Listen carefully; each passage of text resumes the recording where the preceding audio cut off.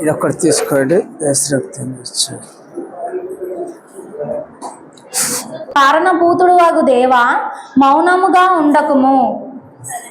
నన్ను చెరపబడినది భక్తిహీనులు తమ నోరు కపటము గల తమ నోరు తెరచి ఉన్నారు.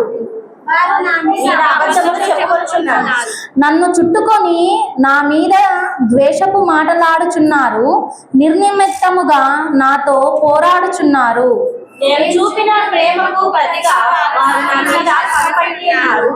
అయితే నేను మానగా ప్రార్థన చేస్తున్నాను. నేను చేసిన మేలునకు ప్రతిగా కీడు చేయుచున్నారు. నేను చూపిన ప్రేమకు ప్రతిగా నా మీద ద్వేషం ముంచుచున్నారు.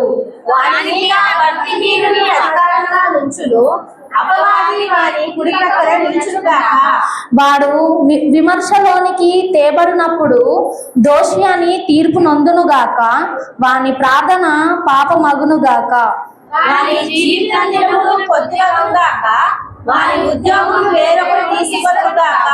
వాని బిడ్డలు తండ్రి లేని వారు అగుదురుగాక.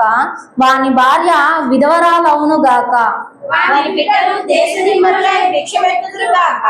పాడుపడిన తమ ఇళ్లకు దూరముగా జీవనము వెతుకుదురుగాక. వాని ఆస్తి అంతయు అప్పుల వారు ఆక్రమించు కొందురుగాక. వాని కష్టార్జితమును పరులు దోచుకొందురుగాక. వానికి కృప చూపువారు లేకపోదురుగాక. తండ్రి లేని వారి బిడ్డలకు దయ చూపువారు ఉండకపోదురుగాక. వాని వంశము నిర్మూలము చేయబడునుగాక. వచ్చు తరమునందు వారి పేరు మాసిపోవునుగాక. వారి పితరుల దోషము యెహోవా జ్ఞాపకములో ఉంచుకొనుగాక. వారి తల్లి పాపము తుడిచిపెట్టక ఉండుగాక. 15వ వచనం అందరం కలిసి చదువుకుందాం. ఆయన వారి జ్ఞాపకమును భూమి మీద నుండి కొట్టివేయునట్లు ఆ పాపములు నిత్యము యెహోవా సన్నిధిని కనబడుచుండును గాక. యెహోవా ఈ వాక్యమును దీవించును గాక.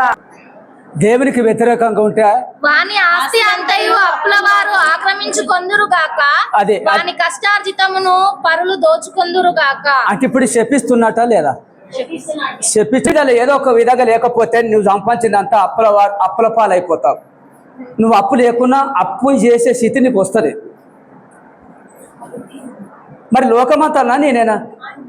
దేవుని బిడ్డ వణుకుచుకున్నప్పుడు దేవుని బిడ్డ రీతిగానే ఉండాలని దేవుని ఇష్టం. అందుకనే ప్రభునందు విశ్వాసం కలిగి ఉన్నప్పుడు ఆయన వైపు మనం కనిపెట్టాలి. ఒకవేళ అటు సగం ఇటు సగం అంటే అల్ప విశ్వాసం. అందుకనే అన్నాడు అట్లా కాదు. ఎందుకంటే నా యందు విశ్వాసం పెట్టిన ఎడలా నీకు ఏది ఇష్టమో అడుగుడి, అది మీకు అనుగరింపబడును అని ఉంది. కాబట్టి అమ్మ, ప్రభునందు విశ్వాసం కలిగిన మనము ఆయన కోసం మనం ఎదురు చూడాలి. కాబట్టి అందుకే అక్కడ నువ్వు ఎటుగాని స్థితిలో ఉండకూడదు. ఒకవేళ ఉండాలనుకుంటే నువ్వు వెచ్చగా నన్నుడు, చల్లగా నన్నుడు, కానీ నిలువెచ్చని స్థితిలో ఉండకూడదు అన్నాడు. ఒకవేళ నిలువెచ్చని స్థితిలో నువ్వు ఉన్నామనుకో, నువ్వు కష్టపడి సంపాదించిందంతా ఎవరు గుంజుకపోతారమ్మా? అప్పుల వారు దోచుకుంటారు. మరి లేని అప్పులు నీకు తయారైపోతాయి. ఎందుకంటే మరి నమ్మిన వాళ్ళ నమ్మని వాళ్ళ, ఇక్కడ నమ్మని వాళ్ళ గురించి దేవుడు చెప్పలే. ప్రభునందు విశ్వాసగతిని దేవుని పిల్లలకు మాత్రమే చెప్తా ఉండు. నమ్మని వాళ్ళ విషయం పక్కకు పెట్టండి. కాబట్టి అందుకనే ఇక్కడ దేవుని వాక్యం చెలిపిస్తుంది ఏముందంటే, ప్రభునందు విశ్వాసం కలిగి దేవుని కొరకు ఎదురు చూడము. దేవునికి అడుగుడి మీకు ఇవ్వబడును అని చెప్పి, నీకు ఏది ఇష్టమో అడుగుడే అది మీకు అనుగరింపబడును అని ఉంది. కాబట్టి మనం అడగాలి. కష్టం వచ్చినా, బాధలు వచ్చినా, ఇబ్బందులు వచ్చినా అడగాలి. దేవుడు మనకి ఇవ్వడానికి సిద్ధంగా ఉన్నాడు. ఆయన సిద్ధంగా ఉన్నాడు, కానీ ఆయన ఇచ్చేటివి మనం పొందుకుంటలేమంటే మనం అత్య ఆసక్తితో అడగకపోవటం వల్ల. ఆమేన్. అందుకే అడగకపోవటం వల్లనే. కాబట్టి బిడ్డారా, మనం ఎందుకంటే అప్పుల వారు ఇలా గుంజుకపోతున్నారు. మన చేతిలో డబ్బులు నిలుస్తలేవు. మనం చేరాని అప్పులు చేస్తూ ఉన్నాం. ఇంకా అప్పుల కుప్పట్లే మనం ఉంటున్నాం. కథ ఏందని చెప్పంటే మనం ఇంకా కూడా దేవుని మాట వింటలేమేమో. ఆమేన్. హల్లెలూయా. దేవునికి స్తోత్రం. అదేవిధంగా మరి ఇంకా చక్కగా చదువుకున్నారు అక్కడ వాక్యం. దేవునికి మహిమ కలుగును గాక. కాబట్టి అదేవిధంగా రాయబడింది ఏంటని చెప్పంటే, ఇంకా కూడా అక్కడ రాయబడింది 15వ వచనములో ఆయన వారి జ్ఞాపకమును భూమి మీద నుండి ఆ, కొట్టివేయనట్లు ఆ, ఆ పాపములు నిత్యము యెహోవా సన్నిధిని కనబడుచుండును గాక. కనబడుచును గాక. ఎలా అయినగా కింద ఏలయనగా ఆ. కృప చూపవలనన్న మాట మరచి ఆ. శ్రమ నొందిన వారిని, దరిద్రుని, నలిగిన హృదయం గలవానిని ఆ. చంపవలెనని ఆ. వాడు అతన్ని తరిమెను. కాబట్టి ఎందుకంటే ఇది ఏం హృదయమమ్మా? నలిగిన హృదయమా? నలిగిన హృదయం. నలిగిన హృదయం. ఈ హృదయం ఎందుకు నలిగిపోతుందని చెప్పంటే ప్రభునందు ఆసక్తితో ఇంట్రెస్ట్ ఆ ఆసక్తితో మనం అడగకపోవటం వల్లనే. కాబట్టి అడగాలి. చూడండి, ఎందుకంటే నిన్న రాత్రి ప్రార్థన చేస్తూ ఉంటే మేరక్క చేతులకి వెళ్ళి నా దగ్గరికి ఆధార్ కార్డు వస్తూ ఉన్నది. మేము మొక్కలోంచి ప్రార్థన చేస్తున్నాం ఇద్దరం. అప్పుడు రాత్రి 11 అయింది. మేము 12 గంటల దాకా పండాం. ఎక్కడి నుంచి ఏ ఫోన్ వస్తుందో, ఈ 2 ఫోన్లు మా తను ఉంటాయి, ఎక్కడి నుంచి ఏ ఫోన్లు వస్తాయో. అలాంటి మీరు ఏ రాత్రైనా కానివ్వండి, మీరు ఫోన్లు చేసినారు అనుకో, మేము లిఫ్ట్ చేయలేదు అనుకో, అప్పుడు పరిస్థితి ఏంది? ఎందుకు ఇప్పుడు ఎక్స్ప్రెస్ వచ్చింది, పట్టాల మీద ఎక్స్ప్రెస్ వచ్చి ఆరాన్ మీద ఆరాన్ కొడతా ఉంది, ఆయన గ్రీన్ సింగిల్ చేయటం లేదు. పబ్లిక్ ఆగం అవుతారా కాదా? కాబట్టి అందుకనే ఎక్కడికి వెళ్ళి ఏం ఫోన్ వస్తుందో కనిపెడుతూనే ఉంటాం. ఏ రాత్రైనా కానివ్వండి, అది అర్ధరాత్ర, మధ్యాహ్నం రాత్ర, ఇంకే రాత్ర, కోడిగూస రాత్ర, తెల్లవారుజామ, ఏ రాత్రైనా కానివ్వండి మాకు ఫోన్లు అందుబాటులో ఉంటాం. ఒకసారి సుజాత అర్ధరాత్రి చేసింది. సుజాత చేసిందంటే ఆమెకి ఎంత బాధ ఉంటే చేయాలమ్మా, ఎంత బాధ. కానీ అర్ధరాత్రి తక్కువ ఫోన్లు ఇవ్వట్టి నేను ఒకవేళ అర్ధరాత్రి నేను అమ్మా చెప్పండి అమ్మా ఎవరమ్మా అన్నట్టుగా నేను కొంచెం మూలుకుంటున్నావు చేస్తున్నావు, వాళ్ళకి ఫోన్లో వినబడరా? అయ్యా బాబోయ్ ఈయన నీ దట్లున్నట్టున్నాడు అని గమనిస్తారు. కాబట్టి అట్లా కాకుండా అన్న టక్కున ఎత్తిండు అని చెప్పాను మళ్ళీ ఆమె. అవును, మరి టక్కున ఎత్తడానికే, మేము గురకలించడానికి కాదు. ఎప్పుడు గురకపోతామో, ఎప్పుడు నిద్ర చేస్తామో, కానీ ప్రజల ఫోన్లకు అందుబాటులో ఉండాలని మా ఆశ. ఆమేన్, హల్లెలూయా. మంచిది. అది పక్కకు పెడితే మరి ఒక భాగానికి వాక్య భాగంలోకి వచ్చే అయ్యగారికి అప్పగిస్తాం. దేవునికి మహిమ కలుగును గాక. ఆమేన్, హల్లెలూయా. మరి అదేవిధంగా ఇంకా చాలా దర్శనాలు మనం మరి కనాలి. దర్శనాలు మనకు ఆదరణకర్తగా ఉంటాయి. దేవునికి మహిమ. మరి ఎందుకంటే తల్లిదండ్రులకు పిల్లలే ఆధారము. దేవునికి మహిమ. సహకరించడానికి అవును వాస్తవమే. ఎందుకంటే అమ్మా ఇప్పుడు మరి అందుకనే పిల్లలు సండే స్కూల్ పిల్లలు ఎంతో ప్రోత్సాహపరుస్తున్నారంటే రేపటి దినమున వాళ్ళు మంచి పౌరులు కావాలని, వాళ్ళు మంచి పిల్లలు అనేకుల మధ్యలో పేరు ప్రతిష్టలు కలిగి ఉండాలని, తల్లిదండ్రులకు మంచి పేరు తేవాలని, ఈ యొక్క పిల్లలు మంచి గొప్పవారు కావాలని ఆశపడుతున్నాం. దేవునికి మహిమ, హల్లెలూయా. కాబట్టి ఇంకా కూడా మరి పిల్లల విషయంలో చూస్తే మరి అలాంటి పిల్లలు చిన్నపిల్లలు అప్పుడు తల్లిబొడిలో ఒంటెలు కోసిన రోజులు ఉన్నాయి, తల్లిబొడిలో పాయకాయలు పోయిన రోజులు ఉన్నాయి, చీముడు తీసిన రోజులు ఉన్నాయి. ఆ తల్లి కడిగి గాలిచ్చి ఎంతో సేవ చేసినటువంటి తల్లి అలాంటి పిల్లలు మరవకుండా ఉండాలంటే ఇప్పుడు దేవుని గానం పొందుకోవాలి. ఎందుకంటే చూడండి, వాళ్ళు చిన్నపిల్లలుగా ఉన్నప్పుడు ఆ చిన్నపిల్లలు తల్లిబొడిలో ఉన్నప్పుడు ఒంటెలు పోయిన స్థితి ఎక్కడ ఉంది, ఆ తల్లిబొడిలో పాయకాయలు పోయిన దినాలు ఎక్కడ ఉన్నాయి, తల్లి చీముడు తీసింది, ఎంత సేవ చేసింది. ఇంకా చెప్పాలంటే చిన్నపిల్ల మొదలుకొని వాళ్ళు పెరిగి తప్పుడు అడిగిలేసేంత వరకు పిల్లలకు తల్లి చేసే సేవ కంటే తండ్రి ఎక్కువ చేయలేడేమో అని మనం గమనించాలి. తండ్రి చేయడా? తండ్రి చేస్తాడు. జంతైనా తల్లి ముక్కు తిరుగుతుంది, ముడ్డి కడుగుతుంది, తానం చెప్పిస్తుంది, బట్టలు ఉడుకుతుంది. మేరకైతే మా పిల్లలు వాంతి చేసుకున్నప్పుడు ఈ బోసే పెట్టి నోటికన్నా పెట్టి బుక్కెడు కాకితే తీసుకుపోయి అక్కడ పడేసి వచ్చేది. దాన్ని మీరు గమనించి ఇప్పుడు మాకు గుర్తొస్తుంది.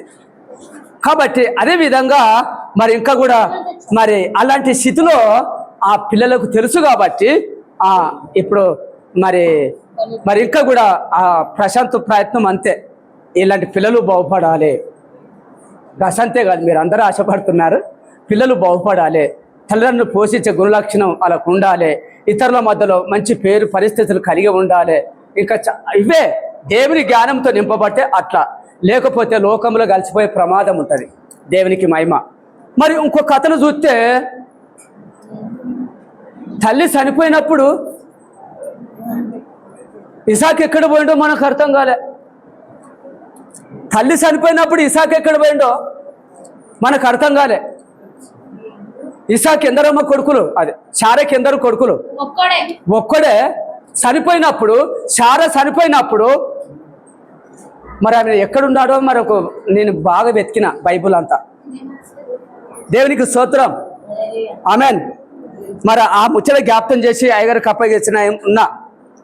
ఆదికాండము 23వ అధ్యాయము మనం చదువుకుంటే శారా జీవిత కాలం అంతా శారా జీవించిన కాలము అనగా శారా బ్రతికిన ఏళ్ళు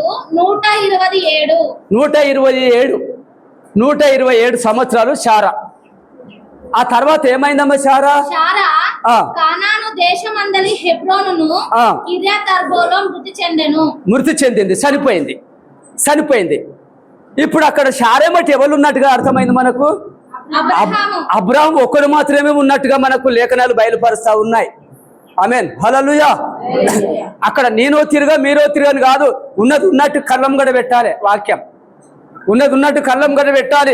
అప్పుడు మరి ఎందుకంటే భార్య భర్తలు అక్కడ పోయినప్పుడు, మరి ఆ దేశానికి పోయినప్పుడు అక్కడ శారా ఎన్ని ఏళ్ళు? 127 సంవత్సరాలు శారా. అప్పుడు ఆమె మృతి పొందింది. మరి ఆమె చనిపోయినప్పుడు ఆమె పరిస్థితి ఎంతమంది ఉన్నారు? అక్కలు ఎంతమంది, చెల్లెళ్ళు ఎంతమంది, అన్నదమ్ములు ఎంతమంది, ఎవరు ఉన్నారు, కొడుకులు బిడ్డలు ఆమె చుట్టుండి ఆమెను ఏం చేయాలనుకున్నారు? మరి చనిపోయిన వ్యక్తిని అనుకుంటే అక్కడ ఎవరూ లేరు, ఒక అబ్రహాము తప్ప. అబ్రహాం ఎవరు మరి? తన భర్తనే. తన భర్త తప్ప అక్కడ ఎవరు లేనట్టుగా అనిపిస్తుంది. మరి ఎక్కడవా ఆయన? కడపలకేనికి అనుకున్న కొడుకు ఎక్కడవా? నీకొక్కడే కొడుకు అనుకుందాం, నాకొక్కడే కొడుకు, ప్రేమతో పెంచుకున్నా. మరి ఇప్పుడు తండ్రి అనుకోవచ్చు. అక్కడ రాయబడలే కానీ అబ్రహాం అనుకోవచ్చు, అయ్యో నా భార్య అయిన శారా ఇక్కడ చనిపోయింది, 127 ఏళ్ళ తర్వాత చనిపోయింది. ఇప్పుడు నాకెవరి దిక్కు? నాకు ఒక కుమారుడు అని ఉన్నాడు, ఇసాకు. ఆయన ఎక్కడుండో అప్పటికి. అందుకని కొంతమంది దుబాయ్లో, అమెరికాలో ఉంటారు. ఆ బిడ్డనో కొడుకో వచ్చేవరకే ఈ శవం ఇక్కడనే ఉండాలి. అందుతే ఓకే, అందకపోతే వాడు రాడు. ప్లేన్ అందలే, ప్లేన్ టికెట్ బుక్ అవ్వాలి. పెట్టండి తర్వాత చూసుకుందామని కొంతమంది లేదు అమెరికాలో ఉన్న నా కుమారుడు వచ్చేదాకా ఆపాలని కొంతమంది. మరి ఆయన వద్దు మీరు ఆయన కాకుండా అమెరికాలో ఉన్న తన కొడుకును కాకుండా మనం సమాధి చేయగలుగుతామా? ఆయన ప్రాణం ఎంత కొట్టుకుంటుంది సమాధి చేస్తే? ఆయన ప్రాణం అమ్మను సమాధి చేస్తానంట. అమెరికాలో ఉన్న కొడుకు ఆయనకు తెలియకుండా పెడితే ఆయన ప్రాణం కొట్టుకుంటుందట. మరి అమెరికాలో నువ్వు బాగానే ఉన్నావు కానీ మరి ఆమె తినిందా, సచ్చిందా, బతుకుందా అని అది సంగతి మాత్రం ఆయనకు తెలియదు. నువ్వు ఇప్పుడు ఎంత ప్రాణం కొట్టుకుంటే ఏం లాభము నీకు? నువ్వు అమెరికాలో ఉన్నావు, నిన్ను కన్నా మీ మమ్మీ ఇక్కడ ఇండియాలో ఉంది. మరి ఇండియాలో ఉన్నావు, ఆమెతో మాట్లాడుతున్నావా, ఏం చేస్తున్నావు, తిన్నావా, పన్నావా, ఆరోగ్యం ఎలాగుంది, అవన్నీ చెడు మంచి మాత్రము అతనికి తెలియదు. కానీ ఇప్పుడు మాత్రము ఆయన తెలియకుండా మమ్మీని సమాధి చేస్తే ఆయన ప్రాణం కొట్టుకుంటారా?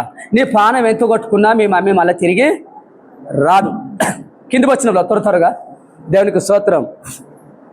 అప్పుడు అబ్రహాము సారా నిమిత్తము అంగలార్చుటకును, ఏడ్చుడు కూడా ఉంది, అంగలార్చుటకును, ఆమెను గూర్చి ఏడ్చుటకును వచ్చారు. ఏడవపోతే ఏం చేస్తాడమ్మా?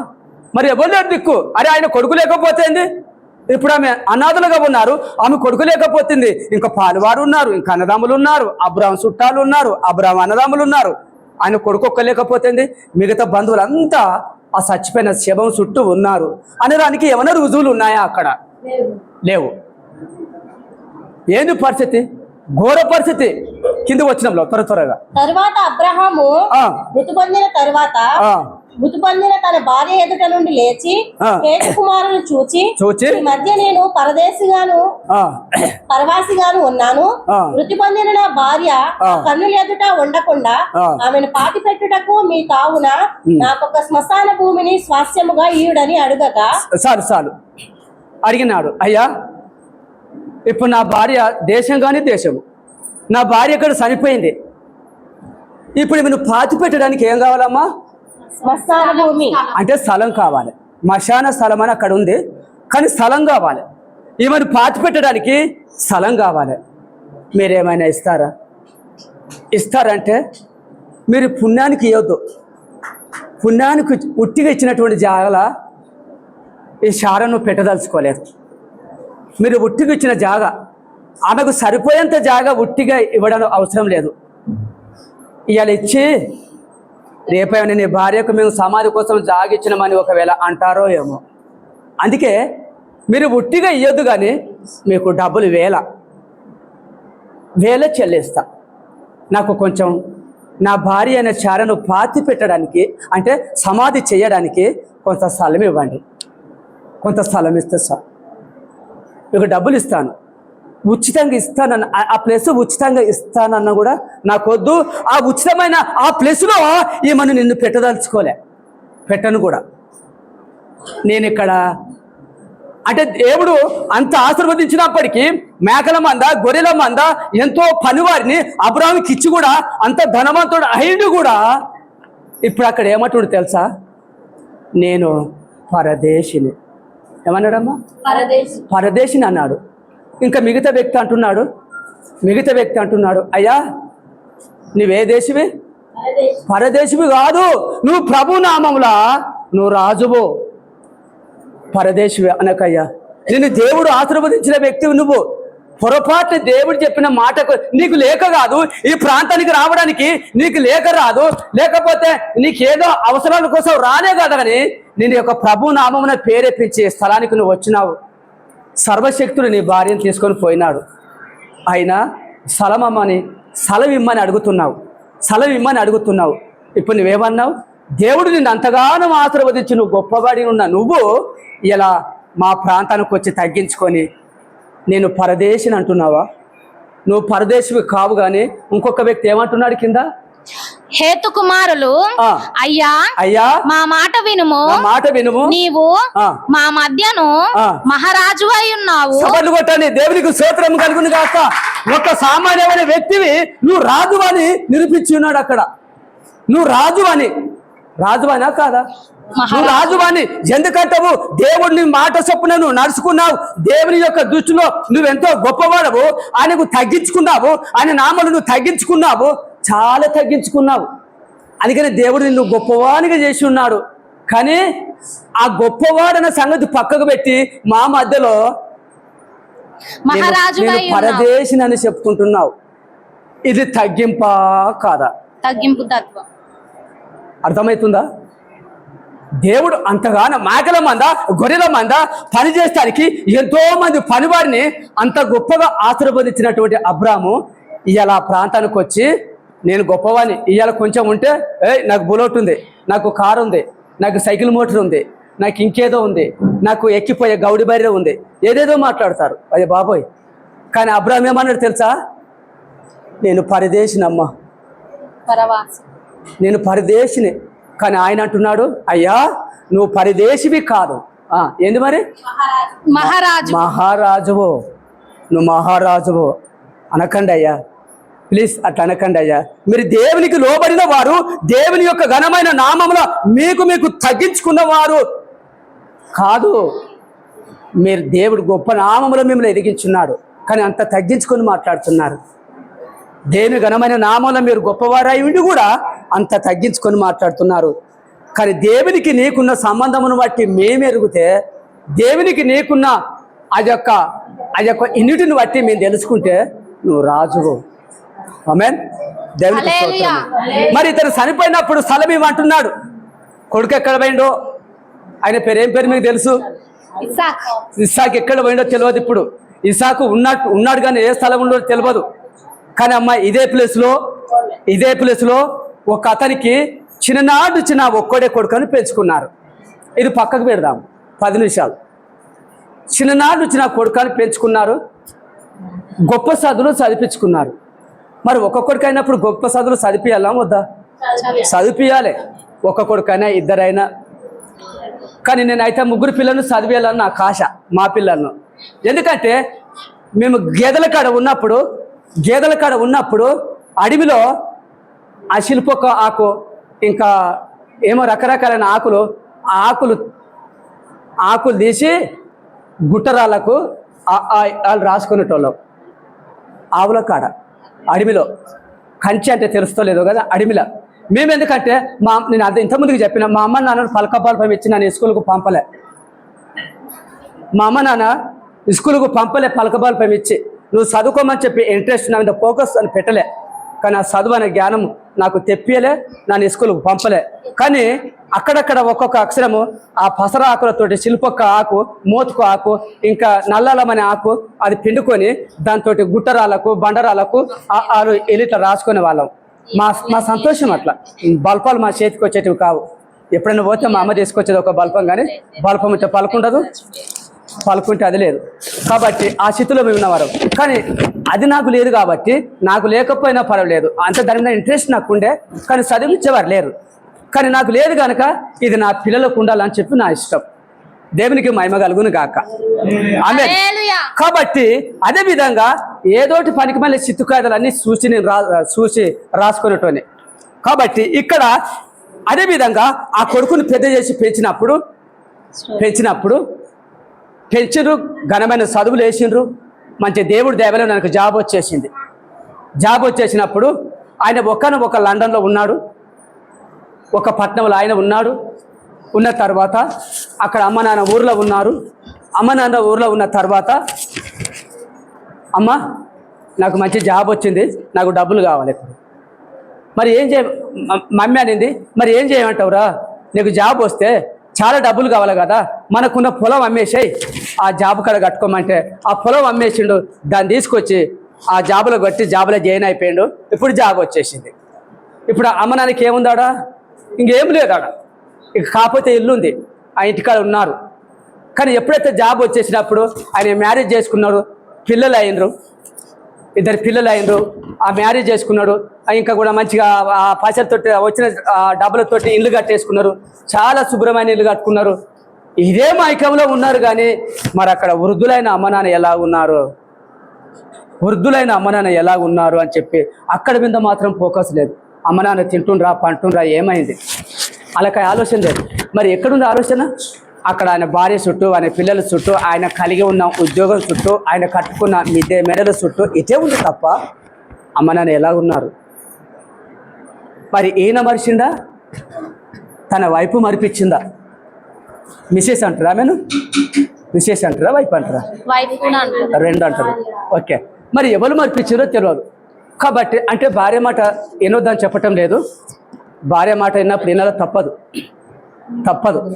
కానీ ఇప్పుడు ఇంకా కూడా ఎందుకంటే ఈరోజు పిల్లలు ఏందని చెప్పంటే, ఏదైనా ఇంట్లో చిన్న గొడవ వస్తే ఇద్దరిని సమాధానించే లెక్కలు ఉండాలి. కానీ ఒకవైపే ఉంటున్నారు, ఒక్క సైడే ఉంటున్నారు. ప్లీజ్ అట్లా ఉండకండి, ఒక్క సైడే ఉండకండి. మమ్మీ సైడ్ ఉండకండి, భార్య సైడ్ ఉండకండి. డేవిడ్ అక్కడ 2 వైపులో ఉండాలి బ్యాలెన్స్. కాబట్టి ఇక్కడ మరి ఎందుకంటే బాబు ఉత్తరం వచ్చింది, ఇక్కడ ఒక ఆయన అడ్రస్ తెలుసుకొని అక్కడ ఆయనకు ఉత్తరం ఇచ్చి మాట్లాడాడు. ఏంద్ర బాబు, మమ్మీ డాడీ సంపాదించిన ఆస్తిపాస్తు తీసుకుపోయి జాబు సంపాదించుకున్నావు, మంచి బిల్డింగ్ కట్టుకున్నావు, ఇక్కడ మమ్మీ తింటుండ్రా సత్తుండ్రా బతుండ్రా ఏం తెలియదు అని చెప్పి ఉత్తరం పోయేసరికి, అయ్యా బాబాయ్ ఉత్తరం పోయిందా, ఉత్తరం వచ్చిందా చూసుకుంటే ఉత్తరం వచ్చింది, పక్క వాళ్ళు పంపింది ఆ ఉత్తరాన్ని, మమ్మీ డాడీ ఆరోగ్యం బాగలేదు అని చెప్పి, సరే మంచిది అని చెప్పి సట్న భార్య దగ్గరకు వచ్చాడు. భార్య దగ్గరకు వచ్చి, అమ్మ ఏమంటావమ్మా, నాకు ఉత్తరం వచ్చింది ఊరు నుంచి. ఏమని వచ్చింది? నాకు ఊరు నుంచి ఉత్తరం వచ్చింది. ఏమని వచ్చింది? ఏం లేదు మా మమ్మీ మా డాడీ ఆరోగ్యం బాగలేదంట, వాళ్ళని తీసుకొస్తే బాగుంటుంది కదా. ఎందుకంటే నోరు పూసుకో, మమ్మీని డాడీని తీసుకొచ్చి ఎడబెడతావు. అంతకుముందు కంటే ఏదో పూరీలు ఉండే ఏమో వాడిసి వచ్చిండ్రు. ఇప్పుడు ఇంత మంచి బిల్డింగులో వాళ్ళు ఉండాలంటే ఎలా ఉంటారు? వాళ్ళు ఒంటేలు పోతారో కక్కుతారో ఏం చేస్తారో. అయ్యో అట్లా అంటే ఎట్లా, కుదరదు అంటే కుదరదు. అయ్యో మరి అలాగుంటే ఎట్లా, అక్కడ ఆదరించే వారు లేరు కదా. మమ్మీ డాడీని వాళ్ళిద్దరు ఒంటరి జీవితంలో ఉన్నారు, శాతగాని స్థితిలో ఉన్నారు. తీసుకొచ్చి మన దగ్గర పెట్టుకుని ఏదో ఒక ముద్ద వేస్తే తింటారు కదా అంటే, లేదు సరే అని చెప్పి తీసుకొని వచ్చేసింది. చివరికి మమ్మీ డాడీని తీసుకొని వచ్చేసి అప్పుడు తీసుకురు రాగానే తలుపు తీయి ఆ పిల్లగాడు వచ్చిండు వాళ్ళ కొడుకు. డాడీ ఏంది తాతను తీసుకొచ్చినా, నానమ్మని తాతను తీసుకొచ్చిండ్రు. మమ్మీ తాత వచ్చిండు, తాతయ్య వచ్చిన, నానమ్మ వచ్చేసిందంటే ఆమె వచ్చి భర్తని పిలుచుకొని, నోరు మోసుకో, మన కారు షెడ్ ఉంది, అక్కడ కారు షెడ్ ఉంది, ఆ కారు షెడ్లో ఉంచు. అప్పుడు తల్లిదండ్రి నా కొడుకు జాబ్ సంపాదించుకొని మంచి బిల్డింగ్ కట్టుకున్నాడు, ఎంత బాగుందో అది చూడాలి ఆ బిల్డింగ్ అని చెప్పి మమ్మీకి కొండంత ఆశ. ఆ ఇల్లంతా తిరిగి కిచెన్ కాదు బెడ్రూమ్ వాళ్ళంతా తిరిగి చూడాలని మమ్మీకి ఆశ ఉండే. కానీ ఇప్పుడు రానిస్తలేరు. అక్కడ ముందు గెట్ అవుట్ అక్కడ ఉండు, మన కారు ఉన్న షెడ్ రేకుల షెడ్ ఏదైతుందో మీ మమ్మీని మీ డాడీని అక్కడ ఉంచండి. అరే అట్లా అంటే ఎట్లా, నలుగురిట్లో బాగుండదు కదా, మా మమ్మీ సంపాదించిన ఆస్తిపాస్తి అంతా అమ్మి ఇల్లు కట్టుకున్నాం కదా, మా వాళ్ళ ద్వారానే నాకు జాబు చేసుకున్నాం కదా అంటే నోరుమోయ్ నువ్వు భర్తవు అయితే నీకు వందనాలు, కానీ మీ మమ్మీ మీ డాడీ మన కారు ఉన్న రేకుల షెడ్ ఉంది అందులో ఉంచేసేయండి. అయ్యో అలాగంటే ఎట్లా అంటే అలాగనే అక్కడ ఉంచండి. అప్పుడు ఏం చేసిండు, భార్య మాటలకు తట్టుకోలేక అప్పుడు ఇక్కడ మమ్మీ డాడీ ఏం చేస్తుండ్రు తెలుసా, మా కొడుకు మంచి బిల్డింగ్ కట్టుకున్నాడు, బెడ్రూమ్ ఏంటి, అందులో ఉన్న విధానం ఏంటి, ఆ డెకరేషన్ ఏంటి, కళ్ళారా చూడాలని వాళ్ళు అనుకున్నారు. కానీ చూడడానికి వీలు లేదు ఇప్పుడు. కానీ అక్కడ ఆ రేకుల షెడ్లో ఉంచున్నారు. అప్పుడు మమ్మీ అనింది, ఏం బాబు ఇల్లు చూడాలి లోపలికి పోవాలంటే ఏంది. అప్పుడు మీ కోడలమ్మ గారికి ఇట్లా అంటుందని చెప్పజాలక, లేదు మమ్మీ ఇంత కొన్ని కలర్ పనులు అవుతున్నాయి, ఇప్పుడు పోవడానికి వీల్లేదు మమ్మీ.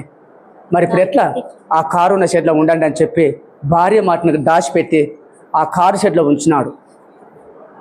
మరి ఇప్పుడు వాళ్ళకి అన్నం కావాలి కదా, వాళ్ళ ఊరి నుంచి తీసుకొచ్చా, అన్నం ఉందా, అన్నం ఉంది కానీ ఎలా పెడతావు, ఏ ప్లేట్లో పెడతావు, అన్నం ఉంది బాగానే, ఏ ప్లేట్లో పెడతావు, అయ్యో ఏ ప్లేట్లో పెడతామంటే ఏంటే అలా బాగుండదు కదా, మా అమ్మ నాన్న ద్వారానే మనం ఈ స్థితికి వచ్చాం కదా, ఈ లెవెల్కి వచ్చామంటే అమ్మ నాన్న ద్వారానే కదా అంటే అదంతా నోరు మోసుకో. ఇప్పుడు వాళ్ళకు ఊరు నుంచి వచ్చారు, ఆకలి అంటున్నారు, ఏమో అన్నం పెడదామంటే పెడతావు, వాస్తవమే అన్నం లేదని కాదు, ఎందులో పెడతావు, ఏ గిన్నెలో పెడతావు, అయ్యో అట్లాంటివేంటి, ఏది లేదు. మనం ఎందుకంటే 1,10,000 పెట్టి కొనుక్కున్న కుక్క ఉంది, ఆ కుక్క గిన్నె ఉంది, ఆ కుక్క గిన్నెలో ఏమంటే వేయండి, ఎంతనంట కుక్కకు 1,10,000 కుక్కను కొన్నాం. అమెరికా నుంచి 1,10,000 పెట్టి కుక్కను కొన్నాం, దానికి ఒక విలువైన గిన్నె ఉంది కుక్కకు, ఆ గిన్నె గడిగి అందులో వేయండి, ఒక ముద్ద వేయండి, తినేసేస్తారేమో. దేవునికి స్తోత్రం కలుగును గాక. కాబట్టి సరే మంచిదని చెప్పి ఆయన తీసుకొచ్చి ఆ భర్త ఎటు దోసని స్థితి. ఇప్పుడు ఏం చేయాలి, ఇప్పుడు ఇక్కడ చూస్తేనేమో మమ్మీ డాడీ, ఇక్కడ చూస్తేనేమో భార్య. ఇప్పుడు కుక్క పిల్లెట్లు వేయాలా, రాష్ట్రంగా తెలవకుండా అది పౌడరేసో సరిపేసో ఆ గిన్నెను శుభ్రంగా, కుక్క గిన్నెను శుభ్రంగా కడిగి అతను అన్నం తీసుకుపోయి, మమ్మీ మీరు ఇక్కడే తినండి, మీరు ఎందుకు చూడాలనుకుంటారా, నేను ఆ బెడ్రూమ్ అదంతా చూడాలని ఆశ ఉందా, లేదు మమ్మీ ఆ కలర్ పనులు అవుతున్నాయి, అంత కాదు, ఆ కలర్ స్మెల్ నీకు పడదు, ఇంకా పనులు అవుతున్నాయి, మీరు ఇక్కడే ఉండండి. భార్య మాట దాచిపెట్టి అక్కడే ఉంచి ఆ కుక్క ప్లేట్లో అన్నం పెడుతున్నాడు. ఆ కుక్క ప్లేట్లో అన్నం పెట్టినప్పుడు తన కొడుకు ఇంతే తయండి, అప్పటికే ఆయన బాగా చూస్తున్నాడు. ఆ పిల్లగాడు బాగా చూసి ఓసారి అట్లా కొంతకాలం జరగంగా, నాకు ఈ కుక్క ప్లేట్లో అన్నం పెడతారా, కుక్క ప్లేట్లో అన్నం పెడతారన్న సంగతి వాళ్ళకి తెలియదు, తల్లికి తెలియదు, తండ్రికి తెలియదు. ఈ పిల్లగాడు బాగా చూసిండు, మనమడు. ఒక రోజు వాళ్ళకు అన్నం పెట్టే టైం అయింది. ఈ పిల్లగాడు బాగా చూసి ఆ అన్నం పెట్టే ఒక 10 నిమిషాల ముందు ఆ ప్లేట్ దాచిపెట్టేసిండు. ఆ ప్లేట్ దాచిపెట్టి, ఏమే మా వాళ్ళకు అన్నం టైం అయింది కదా, ఆఫీస్ నుంచి వచ్చా, వాళ్ళకి అన్నం పెట్టాలి కదా టైంకు, పెట్టాలా, మరి అక్కడ అన్నం పెట్టాలంటే ఆడికి పోయేవరకినా ఆ కుక్క ప్లేట్ లేదు. ఏమైంది ప్లేటు లేదు కదనే ఇక్కడ అని భార్యని అడిగితే, నన్నేమంటావు, ఒకవేళ వాళ్ళు తెలుసుకొని కుక్క ప్లేట్లో పెడతావా అయిందని చెప్పి ఆ కుక్క ప్లేట్ ఎక్కడైనా ఇసిరేసి ఉంటారేమో మీ మమ్మీ డాడీ, ఆ ప్లేటు ఎక్కడైనా దాచిపెట్టి ఉంటారేమో మీ మమ్మీ డాడీ. అయ్యో మమ్మీ డాడీ ఎందుకు దాచిపెడతారు, వాళ్ళ కుక్క ప్లేట్ అయిన సంగతి వారికే తెలియదు కదనే, అది కుక్క ప్లేట్ అయిన సంగతి వారికి తెలియదు కదా, వాళ్ళేటో దాచిపెడతారు అంటే ఏ పిల్లగాడు అన్నాడట, డాడీ మమ్మీని ఏం కొట్టకండి, ఎందుకురా, ఆ కుక్క ప్లేటు నానమ్మ కాదు దాచిపెట్టింది, నేనే దాచిపెట్టా. నువ్వెందుకు దాచిపెట్టావురా కుక్క ప్లేటు? ఎందుకంటే ఒకవేళ అట్లా అన్నం పెడుతూ పెడుతూ పెడుతూ అది ఎక్కడైనా పొరపాటున ఎక్కడన్నా మరి ఇనుప సామానికి వేస్తారో లేకపోతే ఎవరికన్నా ఇస్తారో, అందుకనే అది నేను ప్రత్యేకంగా దాచిపెట్టుకున్నా. డాడీ ఎందుకు దాచిపెట్టుకున్నావురా? ఎందుకంటే ఒక రోజు నానమ్మకు ఏ ప్లేట్ అయితే పెడుతున్నావో ఆ ప్లేటే మీకు పనిచేస్తుంది, ఆ ప్లేటే మీకు పనిచేస్తుంది. హల్లెలూయా. అయ్యో బాబాయ్ ఏంది ఇట్లంటుండు అని భార్య దగ్గరికి వస్తే ఏమంటుండు అడగండి అని ఏమంటుండో, మన కొడుకు ఇంత గౌరవంగా వేస్తే మన కొడుకు ఏమంటుండో చూడు అని మా అమ్మ వచ్చి, ఏమురా ఆ ప్లేట్ ఎవరి కోసం రా? లేదు మమ్మీ ఆ ప్లేటు డాడీకి నీకే, డాడీకి నీకే.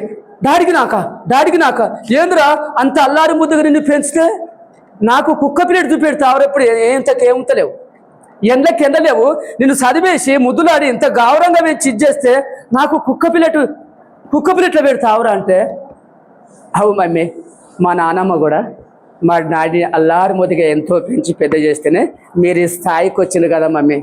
మా నాన్నమ్మ మా డాడీకి చేయలేదా? ఎంత నువ్వు నాకట్టే చేసినావో మా నాన్నమ్మ కూడా మా డాడీకి అట్లా చేసింది. అందుకే ఆ ప్లేటు నేను దాచిపెట్టిన, రేపటి నాడు మీకు అవసరం వచ్చాడు. హల్లెలూయా. కాబట్టి బిడ్డారా అందుకనే అక్కడ ఏం చేసింది, అయ్యే బాబోయ్, ఎందుకంటే ఎవరు ఏ ఇత్తనం వేస్తారో అదే పంట కొయ్యాలి, తప్పదు. రెండో పంట కాదు, అదే పంట. ఎవరు ఏ ఇత్తనం వేస్తారో ఆ పంటనే కొయ్యాలి. ఇప్పుడు నేను గడ్డెక్కిన, నా అవసరం తీరింది, ఇంకా నాకు ఎవరితో పని లేదు ఎప్పుడూ అనుకోవద్దండి, ఎప్పుడూ అనుకోవద్దు. కానీ అది కొయ్యక తప్పదు, ఎవరు దొరుకున్న గోతులో వాడు పడక తప్పదు. దేవునికి మహిమ. హల్లెలూయా. కాబట్టి అదే విధంగా ఎప్పుడైతే ఉన్నారో ఇప్పుడే ఈ పిల్లగాడి గీసిట్టుకుంటే రేపు వాడు పెరిగి పెద్ద అయితే మా వాళ్ళకి వచ్చిన గతి కంటే ఇంకా మళ్ళా 7 అంతల గురి చేస్తాడేమో. కానీ బిడ్డ మమ్మల్ని క్షమించరా, నువ్వు చిన్న వయసులో మాకు ప్లేట్ పెడతావురా కుక్క ప్లేట్, మమ్మల్ని క్షమించరా మమ్మీ. నన్ను గారు క్షమించవలసిందే. మొదలు తాతయ్యను నానమ్మను వాళ్ళని క్షమించమని అడగండి, మాది పొరపాటు అయిందని వాళ్ళని అడగండి. అప్పుడే రానున్న రోజుల్లో ఆ కుక్క గతి మీకు తొలగిపోతుంది, లేకపోతే అదే కుక్క ప్లేటు మీకు అదే గత అవుతుంది. హల్లెలూయా.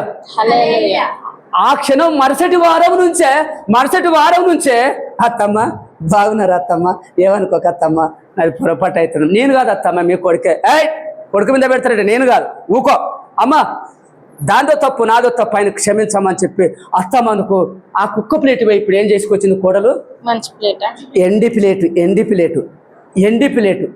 ఆ ఎండి ప్లేట్ తీసుకొచ్చి ఇప్పుడు ఆ తాజా అన్నము చెంబుతో నీళ్ళు తీసుకొచ్చి ఆ కారుకుందున్న షెడ్డు రేగల కింద నుంచి తీసుకొచ్చి బెడ్రూమ్లో కూర్చొని పెట్టి ఆమెకు కురిసేసి తాజా అన్నం ఇప్పుడు ఎండి ప్లేట్లో పెడుతున్నారట. దేవునికి స్తోత్రం కలుగును గాక. అంటే మనం ఎండి ప్లేట్లో పెట్టాలా? ఇప్పుడు ఏ కూడలో అనే అవసరం ఏం లేదు, మంచిగా చూసుకుంటే చాలు. చప్పట్లు కొడదాం. దేవునికి స్తోత్రం. ఇప్పుడు ఆమె ఏదో ఎండి ప్లేట్లో పెడుతుంది, ఇప్పుడు కూడళ్ళు అంతా కూడా ఇప్పుడు కూడా ఎండి ప్లేట్నే పెట్టాలని ఏం అవసరం లేదు, మాకు ఏం అవసరం లేదు. మరి ఏది అవసరము?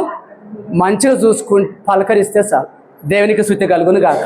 హల్లెలూయా.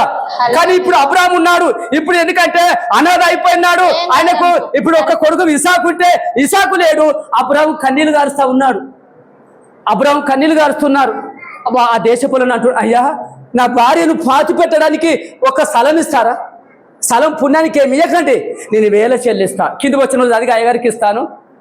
కింది వచ్చిన త్వరగా కింది వచ్చినంలో మా శ్మశాన భూమిలలో అతి శ్రేష్టమైన దాని అందు మృతి పొందిన నీ భార్యను పాతి పెట్టుము. నీవు మృతి పొందిన నీ భార్యను పాతి పెట్టునట్లు మాలో తన శ్మశాన భూమి ఇయ్యనొల్లని వాడు ఎవడనూ లేడు అబ్రహామునకు ఉత్తరమిచ్చి ఉన్నారు. అప్పుడు అబ్రహాము లేచి ఆ దేశపు ప్రజలైన హేతు కుమారులకు సాగిలపడి మృతి పొందిన నా భార్యను నా ఎదుట ఉండకుండా నేను పాతి పెట్టుట మీకిష్టమైతే నా మాట వినుడి. దేవునికి స్తోత్రం కలుగును గాక. హల్లెలూయా. ఎందుకంటే అక్కడ ఇంకా తర్వాత వచ్చిన త్వరగా సోహారు కుమారుడైన ఎఫ్రోను తన పొలము చివరను తనకు కలిగి ఉన్న మఫ్కేల గుహకు నాకిచ్చునట్లు నా పక్షమున అతనితో మనవి చేయుడి. మీ మధ్యన శ్మశాన భూమిగా నుండుటకు నిండు వెలకు అతడు దానిని నాకు స్వాస్థ్యముగా ఇయ్యవలెనని వారితో చెప్పెను. దేవునికి స్తోత్రం. ఆమేన్. హల్లెలూయా. మరి ఇప్పటికి ఏమర్థం అవుతుందంటే తన భార్యను పాతి పెట్టడకు డబ్బులిచ్చి కొనుక్కున్న స్థలంలో మాత్రమే పెట్టాలని ఆశ. ఆమేన్. హల్లెలూయా. ఎందుకంటే పలుమార్లు దేవుడు మాట్లాడతాడు. ఎందుకంటే ప్రేరేపణతో మాట్లాడతాడు ఆయన. దేవునికి స్తోత్రం. దేవునికి మహిమ కలుగును గాక. దేవునికి స్తోత్రం. హల్లెలూయా. దేవునికి మహిమ. కాబట్టి ప్రేరేపణ ప్రతి ఒక్కరు కూడా మాట్లాడేది నువ్వు కాదు, పరిశుద్ధాత్ముడే అన్నారు. దేవునికి మహిమ. ఆమేన్. హల్లెలూయా. కాబట్టి బిడ్డారా ఎప్పుడు కూడా, ఎందుకంటే ఇక్కడ దేవుడు మలిపిన ప్రతి మలుపును కొన్ని సందర్భాల్లో అందుబాటులో ఉంటాం, కొన్ని సందర్భాల్లో అందుబాటులో ఉండం. కనుక దిక్కులేని వారికి ఆ టైంలో దేవుడే దిక్కు. దేవునికి స్తోత్రం కలుగును గాక. హల్లెలూయా. హల్లెలూయా. కాబట్టి మాట్లాడే దేవుడవు నీవు, మాట్లాడని రాయివి చెట్టు నువ్వు కావు, మాట్లాడని రాయివి చెట్టు నువ్వు కావు, మాట్లాడే దేవుడవు నీవు, మాట్లాడే దేవుడవు నీవు, మా కుటుంబ వైద్యుడవు నీవు, మా మంచి ఔషధము నీవు, మా కుటుంబ వైద్యుడవు నీవు, మా మంచి ఔషధము నీవు,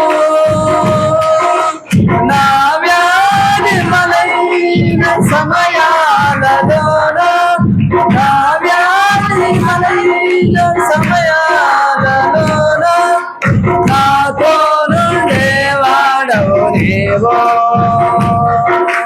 నాతో నుండేవాడవు నీవో. యేసయ్యా, యేసయ్యా, యేసయ్యా, యేసయ్యా, యేసయ్యా, యేసయ్యా.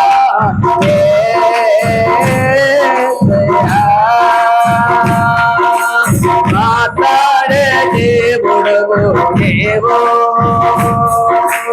మాట్లాడని రాయివి చెట్టు నువ్వు కావు, మాట్లాడని రాయివి చెట్టు నువ్వు కావు, మాట్లాడే దేవుడవు నీవు,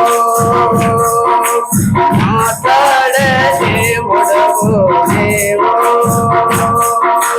నన్ను ప్రేమించావు నీవు, నన్ను పోషించావు నీవు, నన్ను ప్రేమించావు నీవు, నన్ను పోషించావు నీవు, నా వ్యాధి బలహీన సమయాలలోన, నా వ్యాధి బలహీన సమయాలలోన నాతో నుండేవాడవు నీవు, నాతో నుండేవాడవు నీవు.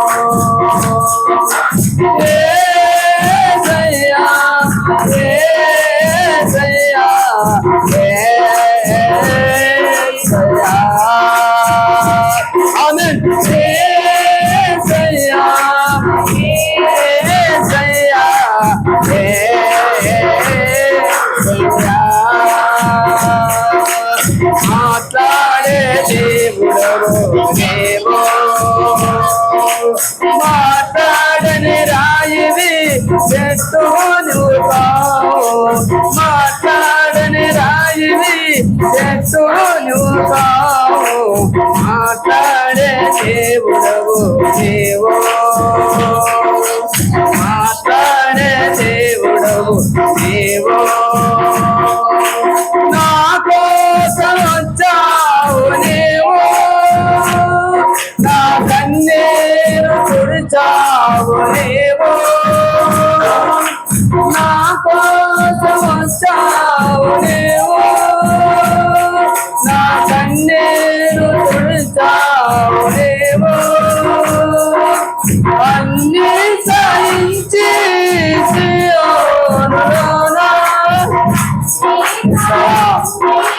సియోనులోన నాతో నుండేవాడవు నీవు,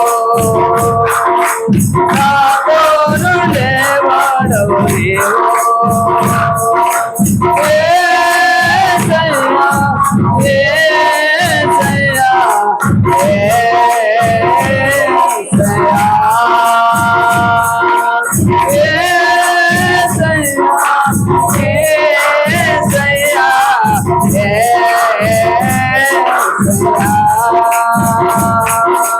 మాట్లాడే దేవుడవు లేవో, మాట్లాడని రాయివి చెట్టువు నువ్వు కావు, మాట్లాడని రాయివి చెట్టువు నువ్వు కావు, మాట్లాడే దేవుడవు లేవో, మాట్లాడే దేవుడవు లేవో. అందరికీ ప్రజలడమ్మ దేవునికి స్తోత్రం. కాకపోతే ఏంటంటే అయ్యగారు మన మధ్యలో ఉన్నారు. సైమన్ మనకు ఎందుకంటే లేట్ అయినప్పటికీ అయ్యగారు మంచి భోజనం తీసుకొచ్చారు మనకు. దేవునికి భోజనం అంటే వాక్యం, భోజనము దేవునికి మహిమ. ఎందుకంటే ఆ మిగతా టైము అయ్యగారు మంచి భోజనం ఇస్తాడు. అది ఎందుకంటే గోల్డెన్ ప్యాలెస్లో ఉన్న చికెన్ బిర్యానీ కంటే ఎక్కువగా ఉంటుంది. దేవునికి మహిమ కలుగును గాక. ఆమేన్. హల్లెలూయా. దేవునికి స్తుతి కలుగును గాక. అలే